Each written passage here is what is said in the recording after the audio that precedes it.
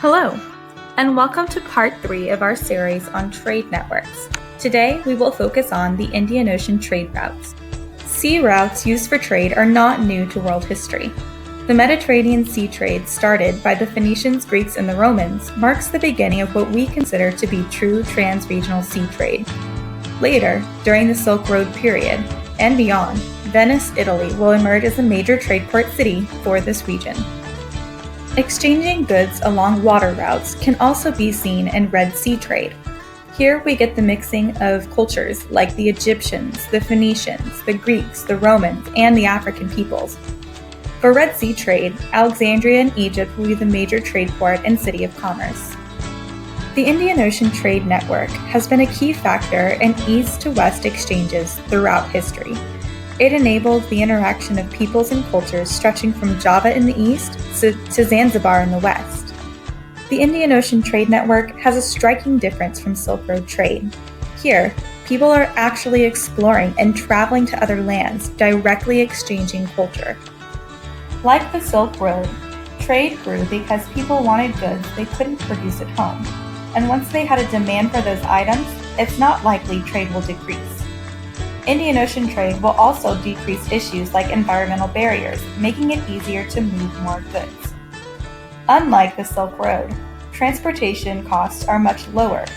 Ships can carry way more goods than a camel can, and you don't have to feed it.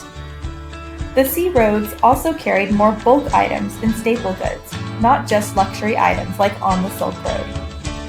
As weird as it may sound, monsoon wind is really what made Indian Ocean trade possible.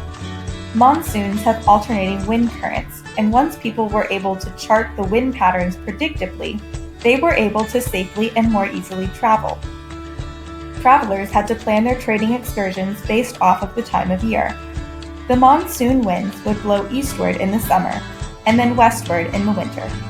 As you can imagine, these trade excursions were lengthy, and would often last several months to even a year at a time. I'd like to make a few more important distinctions about Indian Ocean trade. This trade network is not between specific countries.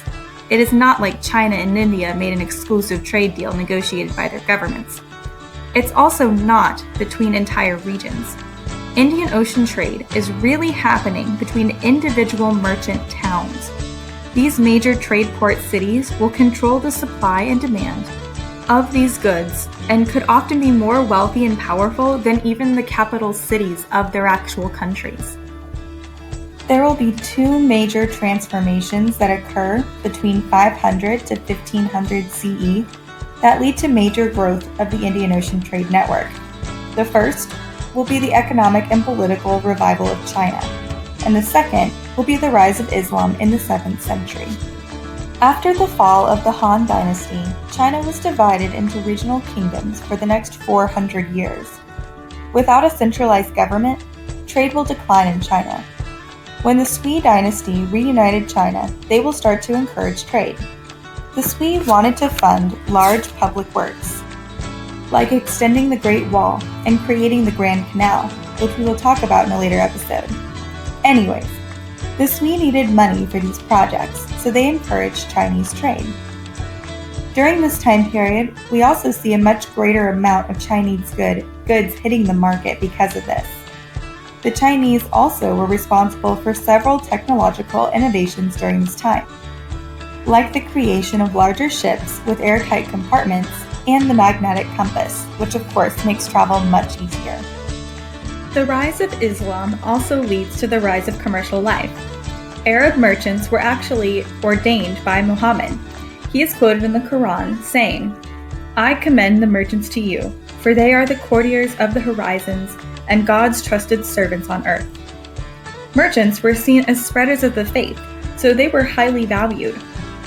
During the post-classical period, we see the rise of the first Islamic empires. These empires brought together a wide range of economies into one single and very powerful political system. A healthy and strong Arab empire heavily stimulates Indian Ocean trade. Arab merchants will be the main controllers of the sea routes coming from Africa and going into India. Indian Ocean trade transforms all of its participants in one way or another. Major transformations happen in two areas specifically: Southeast Asia and East Africa. Both regions will experience similar changes. They will experience political change, their rulers will use their newfound wealth to construct large states, and they will both experience cultural changes as they are exposed to new religions. In Africa, they will be introduced to Islam, and in Southeast Asia, they will be introduced to Buddhism and Hinduism. The geography of Southeast Asia allows it to play an important role in Indian Ocean trade. Around 350 CE, Malay sailors opened an all-water sea route between India and China through the Straits of Malacca. Basically, what this means is that instead of going all the way around the islands and landmasses shown in the picture, they can now cut through them, saving valuable time and resources. There are two main results that will occur because of this. The first is that quicker routes between India and China will bring more people to this region. The second is that ports along the Malay Peninsula will start competing with each other to attract more traders to their areas.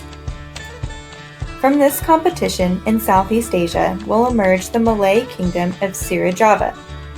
Srivijaya is located largely in what is now Indonesia. Srivijaya will dominate this region of Indian Ocean commerce from 670 to 1025 CE. They had some major advantages that allowed it to be more successful than its neighbors. It had a large supply of gold, and it also had access to in-demand spices that everyone was willing to trade for. And they made a lot of money taxing passing ships, so their surrounding area was very safe and well maintained. Srivijaya was mainly influenced by Indian traders and will be a center for Buddhism from the 8th to the 12th century. Srivijaya became a major center for Buddhist learning and culture. We see lots of evidence of this from the major works of art their rulers had created. The rulers themselves sponsored the creation of images of the Buddha and different important bodhisattvas to be posted all over their empire. As I mentioned earlier, Southeast Asia was not the only major region developing during the prominence of Indian Ocean trade. East Africa was also rising due to this trade network. People that lived on the Swahili coast and other major trade cities would get their goods from the interior of Africa and then would sell it at a higher cost to merchants involved in Indian Ocean trade. This trade allowed for people from the interior of Africa to become wealthy, even though they were not directly a part of the Indian Ocean trade network. A good example of wealth coming to an interior region would be the state of the Great Zimbabwe, which lasted as an important trade city from the 11th century to the 15th century, and also just has a really great name. This concludes our 3-part series on major trade networks. Thanks for watching!